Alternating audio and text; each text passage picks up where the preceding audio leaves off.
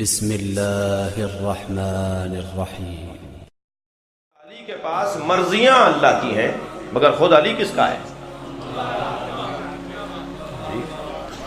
میرے بھائی بیٹھے ہوئے ہیں، مثلا میں نے ان سے کہا کہ حضور مجھے، کاظمی صاحب بیٹھے ہوئے ہیں، میں نے کہا حضور مجھے، ڈاکٹر صاحب بیٹھے ہوئے ہیں چکوال سے آئے مجلس میں، اور میں بہت سارے دوستوں کو دیکھ رہا ہوں دور دراز سے تشریف فرما ہے جی، تو میں نے ڈاکٹر صاحب سے کہا ڈاکٹر صاحب مجھے 1 لاکھ روپیہ دے دیجئے، ضرورت ہے، مثال کے علاوہ کچھ اور نہیں ہے بھائی، غلط فہمی نہ ہو۔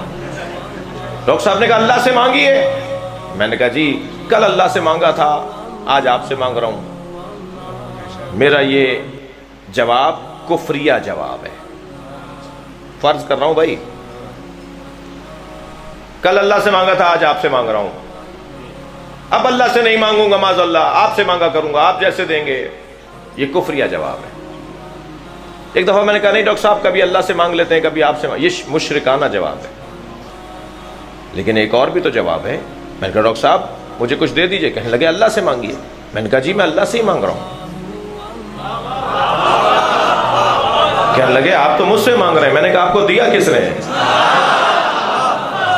جب ہم اہل بیت سے مانگتے ہیں تو ہمیں یقین ہے کہ اللہ نے علی کو دیا ہے،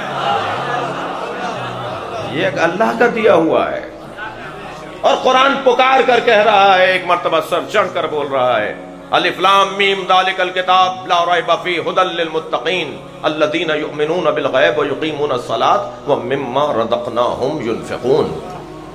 صاحبان تقوی کی نشانی یہ ہے کہ ہم انہیں عطا کرتے ہیں، اللہ کہہ رہا ہے صاحبان تقوی کی نشانی یہ ہے کہ ہم انہیں عطا کرتے ہیں اور وہ بانٹ دیتے ہیں۔ تو ہم بھی تو یہی کہہ رہے ہیں کہ عام متقی تو اللہ سے لے کر بانٹتا ہو، جو امام المتقین ہو، صلوات پڑھے محمد و آل محمد۔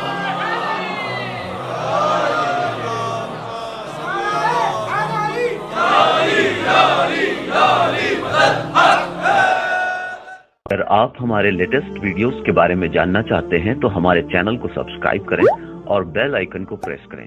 شکریہ۔